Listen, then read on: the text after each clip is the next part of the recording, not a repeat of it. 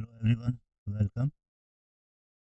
जब से UGC regulation का न्यू ड्राफ्ट आया है, यूट्यूब और न्यूज़ पोर्टल्स पर बहुत सारे रूमर्स चल रहे हैं कि यूजीसी नेट ख़त्म हो गया है।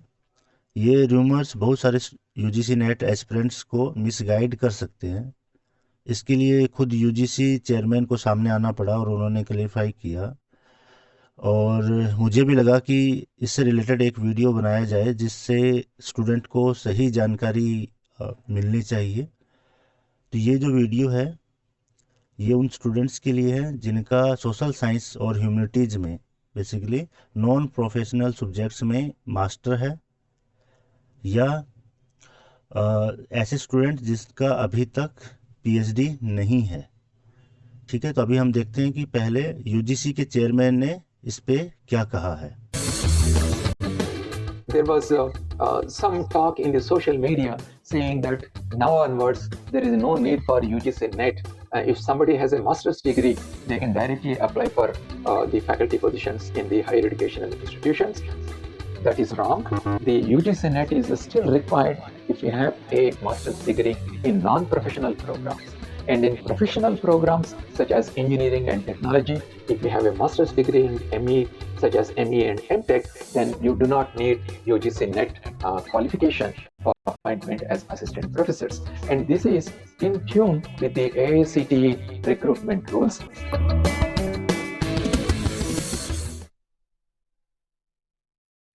अब इन्हीं के जो ऑफिशियल ट्विटर हैंडल से, जो एक्स से जो पोस्ट है, उनसे ये वीडियो है। ये वीडियो आपको डिस्क्रिप्शन में मिल जाएगा। साथ साथ में इन्होंने ऑफिशियली जो अनाउंस किया है, इसके साथ में इन चीज़ों को हम समझ सकते हैं कि इस वीडियो के थ्रू ये क्या समझाना चाह रहे हैं।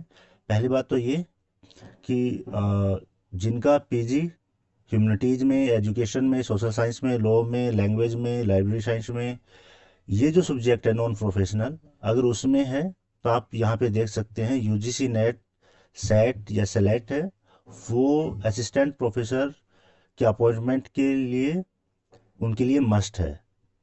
वहीं पे आप यहाँ देख सकते हैं कि अगर जिनका मास्टर एमटेक या एमई इंजीनियरिंग और टेक्नोलॉजी डिपार्टमेंट से है, प्रोफेशनल कोर्सेज से है, उनके लिए जो यूजीसी नेट है वो कंपलसरी नहीं है। साथ साथ में उन्होंने ये भी क्लेरिफाई किया कि अगर आपके पास में पीएचडी है तो आपके लिए यूजीसी नेट है वो कंपलसरी नहीं है। असिस्टेंट प्रोफेसर में आप अपनी पीएचडी की बेस पे असिस्टेंट प्रोफेसर के लिए अप्लाई कर सकते हैं। साथ में कुछ और सब्जेक्ट है जैसे drama, yoga, music, performing arts, visual arts और other traditional Indian arts form, उनके लिए भी जो यूजीसी नेट है वो कंपलसरी नहीं है। उनके लिए जो यूजी की डिग्री है और उनका जो प्रोफेशनल अटेंडमेंट्स है वो उनके लिए जो असिस्टेंट प्रोफेसर के अपॉइंटमेंट के लिए रिक्वायरमेंट में इंक्लूड किया गया है। ये जो नियम है आप इनको हिंदी में भी देख सकते हैं। तो आपकी जो समझने के लिए, आपके लिए यहाँ पे कुछ की पॉइंट है, आपको किन चीज़ों का ध्यान रखना है। ये ध्यान रखना है कि जो नॉन प्रोफेशनल कोर्सेज है उनके लिए यूजीसी नेट है वो अभी भी मस्ट है, अगर आपके पास में पीएचडी नहीं है तो। और दूसरी बात ये कि ये अभी एक ड्राफ्ट है, फाइनल रेगुलेशन नहीं है, इसमें भी चेंजेस हो सकती है। तो जो भी यूजीसी नेट के एस्पिरेंट्स हैं उनको ये ध्यान देना है कि उनके लिए यूजीसी नेट का जो प्रिपरेशन है वो रुकना नहीं चाहिए। उनको बहुत ही अच्छे से अपना जो नेक्स्ट यूजीसी नेट का एग्ज़ाम होने वाला है उसके लिए अपने प्रिपरेशन में लग जाना चाहिए। यूजीसी नेट अगर किसी का पीएचडी भी है तब भी यूजीसी नेट का जो सर्टिफिकेट है वो उनके लिए यूज़फुल है उनके एपीआई स्कोर में।